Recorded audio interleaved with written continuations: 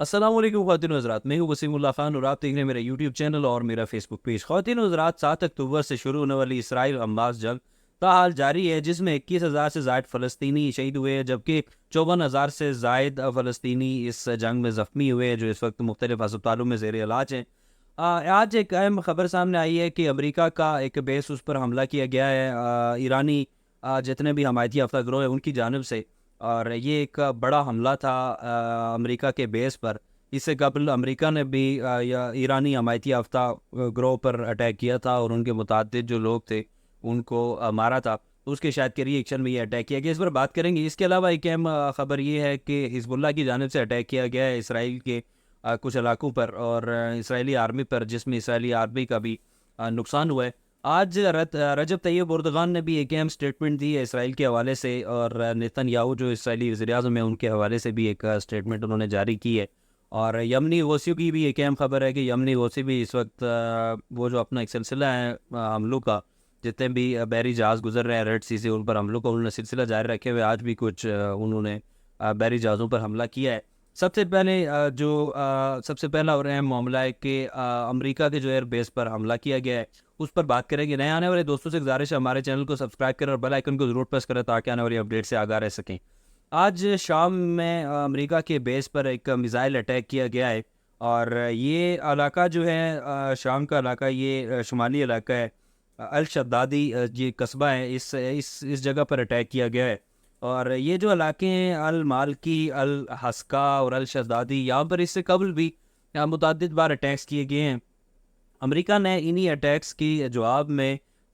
ईरानी हमायती याफ्ता गिरोह कताइब हिजबुल्लाह के ठिकानों को निशाना बनाया था और उनके जो अहम लोग थे वो ये जो हमला था अमेरिका की जानिब से, उसमें इराक में ही हमला किया गया था, उसमें बहुत सारे जो ईरानी हमायती याफ्ता गिरोह कताइब हिजबुल्लाह के लोग थे वो मारे गए थे। ये आज का जो हमला था शायद कि ये उसी जो अमेरिका की जानिब से गुज़िश्ता दिनों हमला किया गया था उसी के रिएक्शन में था। लेकिन अभी तक इस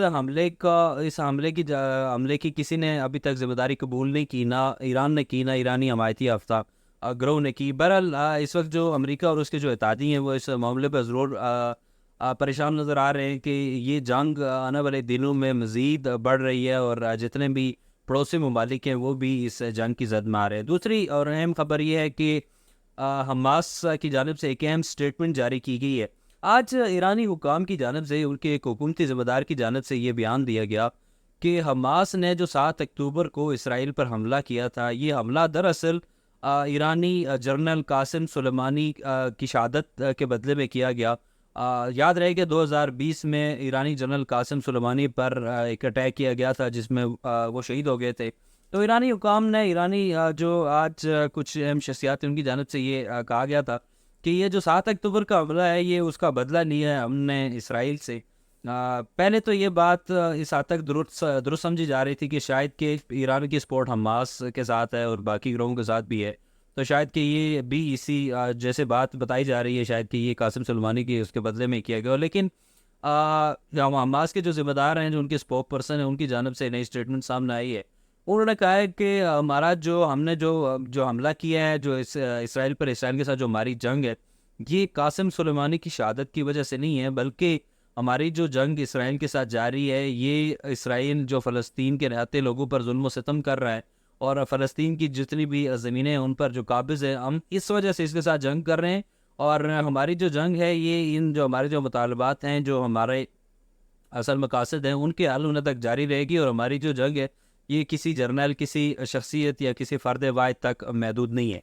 आज तुर्की के सदर रजब तैयब उर्दवान बरस पड़े हैं इसराइली हुकूमत पर और इसराइली वज़ीर-ए-आज़म नेतन्याहू पर। उन्होंने कहा कि ये इसराइल एक दहशतगर्द रियासत है और ये जो इसराइली हुकूमत के इक़दामात है ये नाज़ियों के जैसे हैं। फ़र्क सिर्फ इतना है कि इस वक्त बहुत सारे मगरबी ममालिक भी इसराइल की हमायत कर रहे हैं और अमेरिका भी इसराइल की हमायत कर रहा है। और ये जो इसराइल की जानिब से निहत्ते मुसलमानों पर जुल्म सितम किया जा रहा है, उनके साथ जो बर्बरियत की जा रही है, उनके साथ उनको जो जेनोसाइड किया जा रहा है, इस पर आलमी दुनिया को, आलमी अदारों को और जो अमेरिका जैसे ममालिक हैं इनको आँखें खोलनी चाहिए और इसराइल को ये पाबंद किया जाए कि इसराइल इस तरह के इक़दामात ना करे। اور انہوں نے جو نیتن یاہو ہیں اسرائیلی وزیر اعظم، ان کو بھی آڑے ہاتھوں لیا کہ یہ جو ان کی جو یہ پالیسیاں ہیں اور یہ جو ان کے فیصلے ہیں جنگ کے، یہ اس پورے خطے کو اس جنگ میں دھکیل سکتے ہیں، یہ ان کا کہنا تھا۔ آج ایک اور اہم خبر تھی کہ حزب اللہ کی جانب سے اسرائیلی افواج پر اٹیک کیا گیا ہے۔ بڑا زبردست اٹیک تھا یہ، اس سے قبل بھی حزب اللہ نے یہ دعویٰ کیا تھا کہ اسرائیلی ٹینکوں پر حملہ کیا گیا، جس کے نتیجے میں متعدد اسرائیلی جو فوجی ہے وہ مارے گئے ہیں اور زخمی ہوئے ہیں۔ یہ 4 روز قبل یہ حملہ کیا گیا تھا، اور حزب اللہ کی جانب سے گزشتہ دنوں یہ اعلان بھی کیا گیا تھا کہ میڈیٹرینین سی سے جتنی بھی تجارت گزر رہی ہے یا جو سرحد اسرائیل کی لبنان کے ساتھ ملتی ہے، اس پر حزب اللہ اٹیک کرے گا، اور یہ انہوں نے سچ ثابت کیا۔ اب جو ان کے جو حملے ہیں وہ باقاعدہ سے شروع ہو گئے۔ آج ایک اور انہوں نے حملہ کیا ہے، یہ انہوں نے ایک میزائل داغا ہے جو اینٹی ٹینک میزائل تھا، یہ شمالی بارڈر کا جو علاقہ تھا اسرائیل کا، اس سائٹ پر یہ فائر کیا گیا حزب اللہ کی جانب سے، جس کے نتیجے میں 10 سے زائد اسرائیلی فوجی زخمی ہوئے ہیں، اور جو کچھ اسرائیلی فوجی ہیں ان کی حالت اس وقت تشویشناک ہے۔ ہر گزرتے دن کے ساتھ یہ جو خطہ ہے یہ اس جنگ کو اس پورے جو دیگر ممالک ہیں ان تک یہ پھیلتی جا رہی ہے جنگ، اور یہ جو جنگ ہے اس پورے خطے کو اپنی لپیٹ میں لے رہی ہے۔ شاید کہ امریکہ بہت عرصے سے افغانستان میں رہ کر یہاں پر ایک بڑی جنگ کر کے 20 سال یہاں گزار کے گیا ہے، شاید کہ اس کے بعد امریکہ کو ابھی ایک نیا محاذ چاہیے، ایک نئی جگہ چاہیے جہاں پر امریکہ آ کے اس خطے میں اس طرح کا ماحول بنائے، کیونکہ اس میں اس ساری جنگ میں امریکہ کے چائنا کو بھی، چائنا کے پڑوس پر یہ سارے معاملات ان کے ذریعے چائنا کے لیے بھی یہ مشکلات پیدا کی جا سکتی ہیں، اور جتنے جو چائنا اور اس کے جو اتحادی ممالک ہیں ان کے لیے بھی مشکلات پیدا کی جا سکتی ہیں۔ گزشتہ دنوں سے امریکہ کی جانب سے جو جارحیت نظر آ رہی ہے، یا امریکہ کی جانب سے جو ایرانی حمایتی یافتہ گروہ پر حملے نظر آ رہے ہیں، اور ان جو گروہ تھے ان کی جانب سے واپس آج جیسے کہ انہوں نے امریکہ کے جو بیس پر حملہ کیا، ان حملوں سے یہ خدشہ ظاہر کیا جا رہا ہے کہ ماہرین کا کہنا ہے کہ آنے والے دنوں میں امریکہ بھی ایک بڑی جنگ کا آغاز کر سکتا ہے۔ صرف انتظار اس چیز کا ہے کہ اس وقت امریکہ میں الیکشن ہونے جا رہے ہیں، اور جو بائیڈن ڈیموکریٹس جو ہیں وہ صرف اس انتظار میں ہیں کہ ان کے الیکشنز اچھے طریقے سے ہو جائیں اور ان کو ایک دفعہ پھر حکومت مل جائے، کیونکہ اس وقت جو اسرائیل کی جنگ ہے اس کی وجہ سے اس وقت جو ڈیموکریٹس ہیں وہ شدید تنقید کا شکار ہیں امریکہ میں، لیکن جو دوسری جانب جو ان کے جو اپوزیشن میں یا ان کے جو مخالف جو امیدوار تھے ڈونلڈ ٹرمپ، ان کو بھی عدالت کی جانب سے نائل کر دیا گیا ہے، جس کے بعد ڈیموکریٹس اور جو بائیڈن کے جتنے بھی ان کے جو کینڈیڈیٹس ہیں ان کے لیے راہ بالکل ہموار ہو گئی ہے، اور ان کے لیے الیکشن لڑنا اور الیکشن جیتنا ان کے لیے بہت آسان ہو گیا۔ لیکن ابھی دسمبر کا اختتام ہے، کچھ آنے والے دنوں میں نئے فیصلے بھی متوقع ہیں، سپریم کورٹ کی جانب سے بھی کچھ فیصلے متوقع ہیں۔ اس کے بعد جو جنوری کا پہلا ہفتہ ہے اس میں یہ رائے قائم کی جا سکتی ہے کہ آنے والے وقت میں امریکہ کی حکومت، امریکہ میں کس کی حکومت بن رہی ہے، اور اس